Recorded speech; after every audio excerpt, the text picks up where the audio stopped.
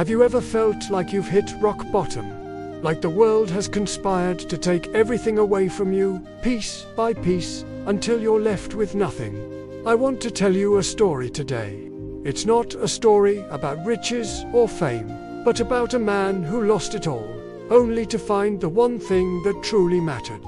This is the story of Jacob, and it might just change the way you see your own struggles. Jacob wasn't born into hardship. In fact, he had what many would call a perfect life. He was a brilliant architect, known for his innovative designs that seemed to defy gravity. He had a loving wife, Sarah, and 2 wonderful kids, a bustling social life, and a beautiful home overlooking the city. He believed he had built his life on a solid foundation, brick by brick, success by success. He was in control, or so he thought. The first crack in his perfect world appeared subtly.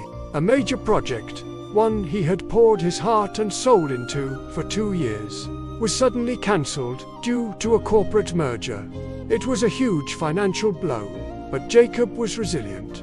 He told himself, "It's just business. I'll bounce back." He threw himself into finding new clients, working longer hours, his usual optimism shielding him from the creeping anxiety.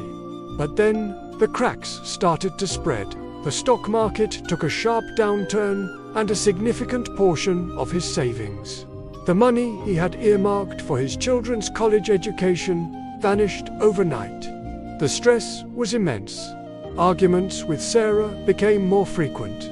The laughter in their beautiful home was replaced by a tense silence.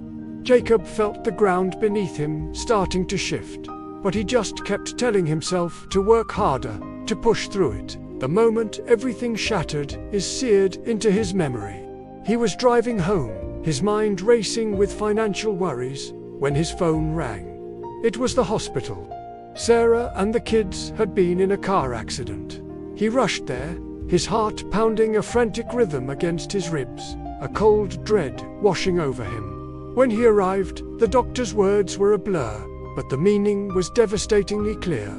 His family was gone. In that single, horrific moment, Jacob's world didn't just crack, it imploded. The foundation he had so carefully built crumbled into dust. The beautiful house became a hollow, echoing mausoleum of memories. His career, once his pride and joy, now seemed utterly meaningless. He lost the house. He lost his firm. He lost his friends who didn't know how to talk to the ghost he had become. He lost everything. He found himself wandering the streets, a man without a purpose, without an anchor. Days bled into nights. He was adrift in a sea of grief, anger, and despair. Why him? What had he done to deserve this? He would look up at the sky and scream these questions, but the only answer was silence. He had never been a particularly religious man.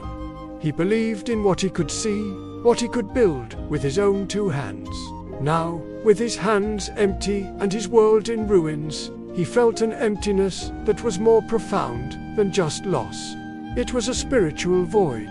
One cold evening, seeking shelter from the rain, he stumbled into an old, dimly lit church. He wasn't looking for salvation. He was just looking for a dry place to sit. He sank into a wooden pew at the back, invisible in the shadows. An elderly priest was speaking, his voice calm and steady. He wasn't delivering a fire and brimstone sermon. He was talking about faith not as a shield from suffering, but as a light in the midst of it. He spoke of a faith that isn't about understanding why things happen, but about trusting that there is a purpose, even when it's hidden in darkness. Jacob listened, not with his mind, but with the broken pieces of his heart. For the first time since the accident, he didn't feel anger or despair. He just felt still. He didn't have a sudden, miraculous epiphany. There were no choirs of angels. It was quieter than that. It was a tiny, flickering ember of curiosity in the vast darkness of his soul. What if there was something more? He started going back to that church, night after night. He never spoke to anyone. He just sat in the back and listened. He started reading, not just religious texts, but philosophy, poetry, stories of others who had endured unimaginable loss. He wasn't searching for answers to his why. He was starting to realize that was the wrong question. The real question was, what now? Slowly, painstakingly, Jacob began to rebuild. But this time, he wasn't using brick and mortar. He was building on a new foundation. He started volunteering at a soup kitchen, the very kind of place he once might have driven past without a second thought. He listened to the stories of others, people who had their own burdens, their own losses. In serving them, in seeing their resilience, he found a piece of his own humanity returning. He discovered that his architectural skills weren't useless. He started working with a non-profit organization that built homes for the homeless. He wasn't designing grand skyscrapers anymore. He was designing simple, sturdy shelters, places of safety and warmth. The joy he found in giving someone a key to their own small home was a feeling more profound than any award he had ever won. Jacob's life didn't magically become easy. The pain of his loss was still there. It was a part of him now, a scar on his heart, but it no longer defined him. His grief had been transformed into a deep well of empathy. His loss had cleared the way for a new kind of gain. He had lost his wealth, his status, his family, but he had gained an unshakable faith. It wasn't a faith that promised a life free from pain. It was a faith that gave him the strength to walk through it. It was a trust that even in the deepest darkness, there is a light. It was the understanding that true wealth isn't what you accumulate, but what you give away. He had lost everything he thought he needed, only to find the one thing he couldn't live without. His life became a testament to the idea that sometimes we have to be completely broken down to be rebuilt into something stronger, something more authentic. He found his purpose not in building structures of steel and glass, but in building connections, in offering hope, in being a light for others who were lost in their own darkness. Jacob's story isn't about a magical fix.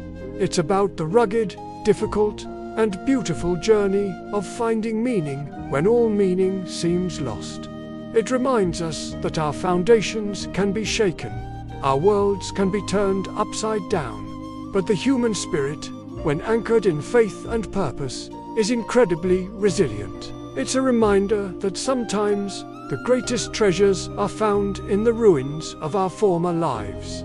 So, if you're feeling lost, if you feel like you've hit rock bottom, remember Jacob. Your story isn't over. The breakdown might just be the prelude to your breakthrough. Keep searching, keep hoping, and keep building, not just for yourself, but for others. Because that is where true, unshakable strength is found. Thank you for watching and for letting me share this story with you. If it resonated with you, please consider liking the video and subscribing to the channel for more content like this. Take care, and remember, there is always hope.